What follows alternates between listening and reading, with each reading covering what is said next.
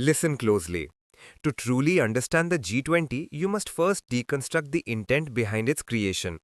देखो, it is not merely a ceremonial gathering or just a photo op, it is essentially a firefighting mechanism for the global economy. If you look at the organizational architecture section on the slide, specifically the part marked Genesis, you will see it started back in 1999 involving finance ministers to tackle the Asian financial crisis. However, समझो इस बात को, the real structural shift happened in 2008 post-global financial crisis, where it was elevated to the leaders summit level. This tells us something very important, that when economic stability is threatened, administrative bureaucrats are not enough. Political will from the heads of state is required. बस यही difference है. The G20 is significant because it represents 85% of global GDP and 75% of trade, meaning any decision taken here effectively sets the global economic weather. Clear hai? Now, focus on the visual illustrating the finance track and Sherpa track. This bifurcation is critical to understand the workflow. The finance track, led by central bank governors and ministers, deals with the hard components like monetary frameworks and fiscal stability, essentially keeping the global engine running. Simultaneously, the Sherpa track runs parallel. A Sherpa is a diplomat or emissary representing the leader.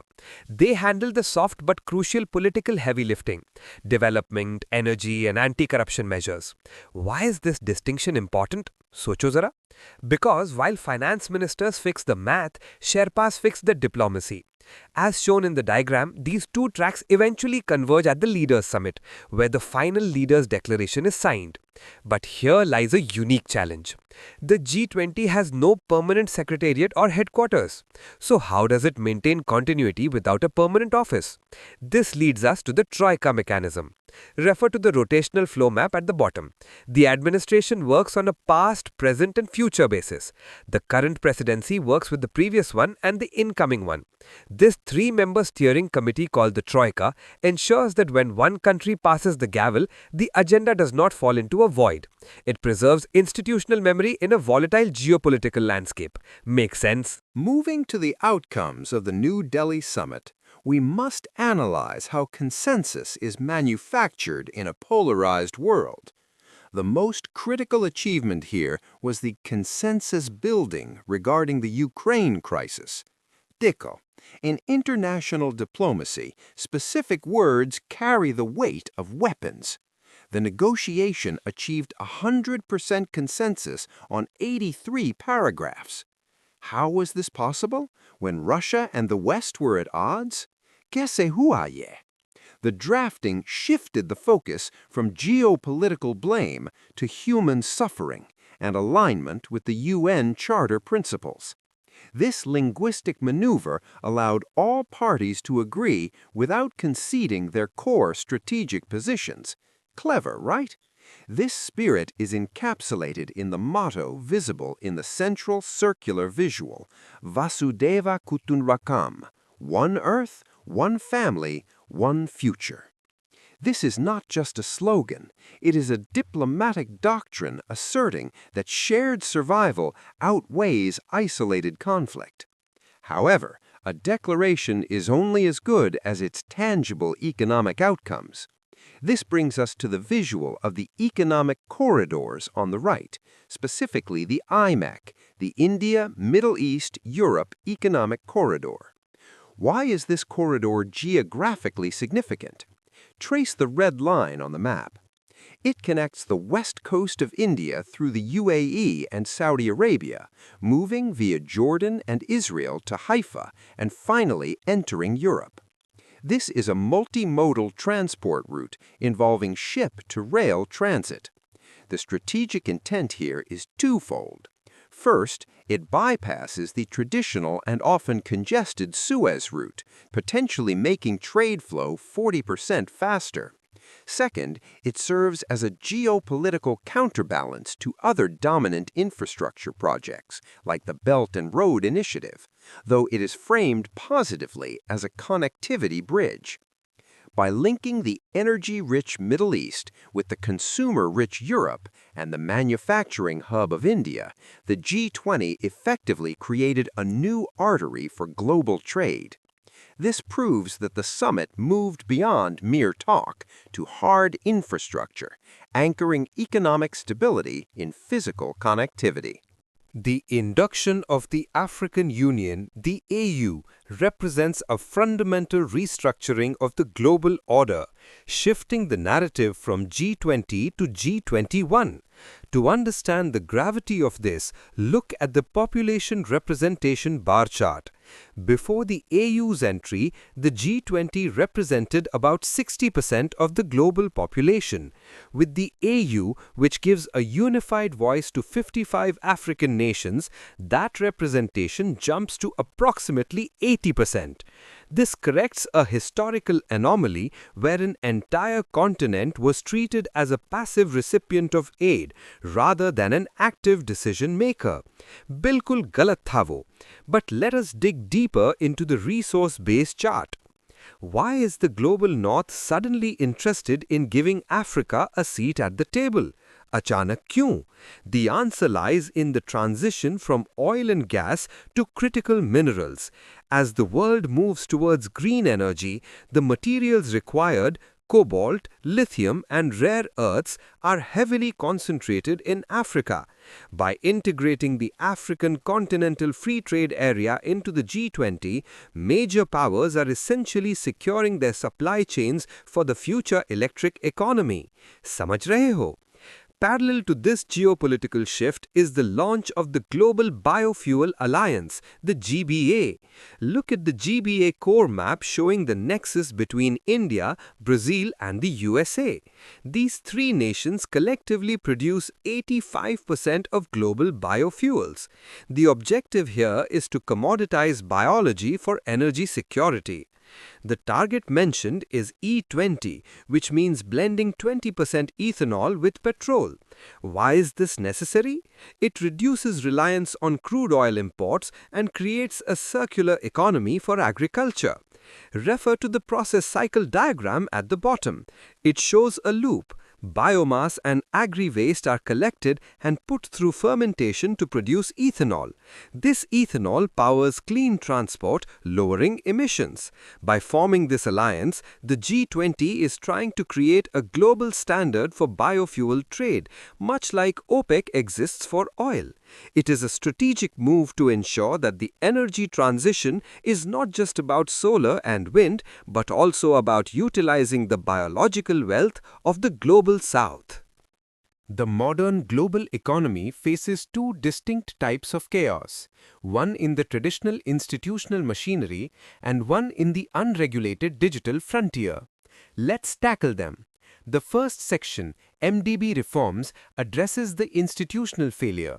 Multilateral development banks like the World Bank were built for the 20th century, not for the climate crises of the 21st. The IEG report diagram highlights a triple agenda: better, bigger, and bolder. The crucial element here is the Capital Adequacy Framework, or CAF. In simple terms, समझो इसे, MDBs are sitting on capital that they are too conservative to lend. CAF reforms are about optimizing their balance sheets, taking slightly more risk to lend significantly more money, specifically $390 billion per year, without actually asking member countries for huge new cash injections. The bridge illustration effectively conveys this. There is a massive financing gap between current lending capacity and what is required for 2030. The reforms are the engineering required to strengthen this bridge so it can support the weight of global development goals. Now, on the other side, we have the crypto asset regulation. Until recently, the debate was binary: ban it or let it run wild. The G20, guided by the IMF FSB synthesis paper, has taken a nuanced stance: regulation, not ban. Why is a ban ineffective? Look at the regulatory arbitrage visual at the bottom right. If country A bans crypto, the digital assets simply flow to country B, which has loose rules. Yet the financial risk blows back to country A. This is arbitrage. To stop this, you need the global coordination shown in the regulatory shield infographic. This shield consists of licensing, knowing who is running the exchange, AML-CFT checks, that is anti-money laundering, and taxation. By standardizing these rules globally, the G20 eliminates the hiding spots for illicit crypto activities. The transition from a blanket ban to a coordinated regulatory framework ensures that innovation continues, but macro-financial stability is not compromised. Correct? Thank you. We must now address the most expensive challenge of our time, climate finance. The central tension here is the disparity between promises and reality. As the climate finance gap chart illustrates, the developed nations pledged $100 billion per year, a promise that remains largely unfulfilled. However, look closely at the red block representing the deficit.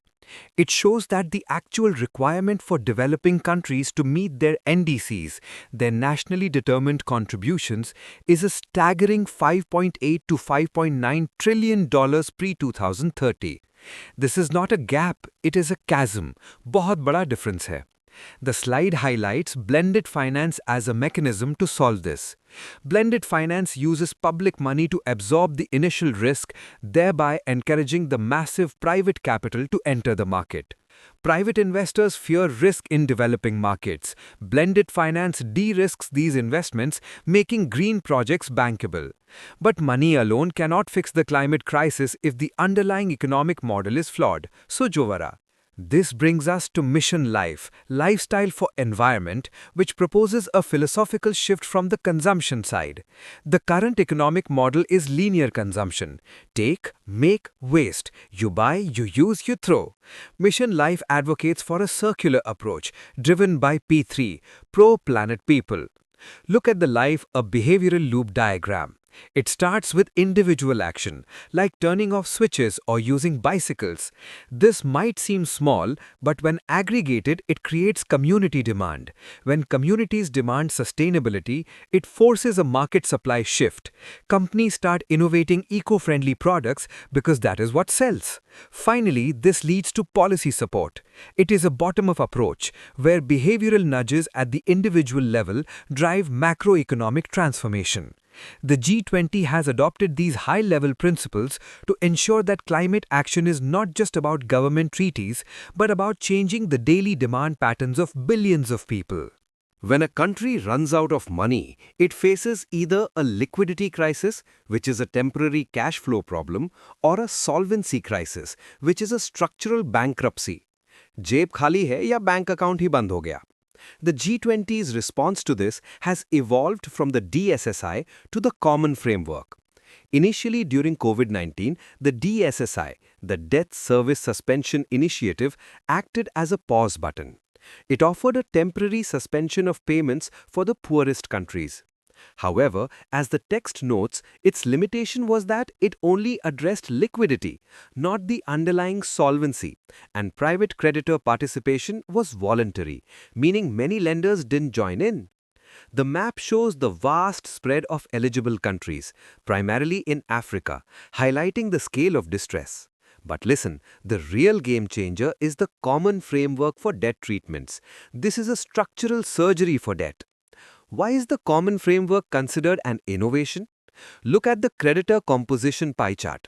Traditionally, the Paris Club, the Western nations, held most of the debt. Today, non-Paris Club members like China and private bondholders hold a massive share. You cannot fix a country's debt if China and Wall Street don't agree to the same terms as the West. Coordinate karna padega. The Common Framework process flow visualizes how this coordination happens. It begins with a debtor request and an IMF debt sustainability analysis to check if the country is truly broke. The crucial gear mechanism on the right represents the comparability of treatment clause. This is vital. It forces private creditors and official creditors like China and France to sit at the same negotiating table. If the official sector gives a discount, a haircut on the debt, the private sector must give a comparable discount. This prevents a situation where public money is used to bail out private investors, ensuring fair burden sharing in the global financial architecture. Clear hai na? In the digital age, Infrastructure is no longer just roads and bridges. It is identity and payment systems. Focus here.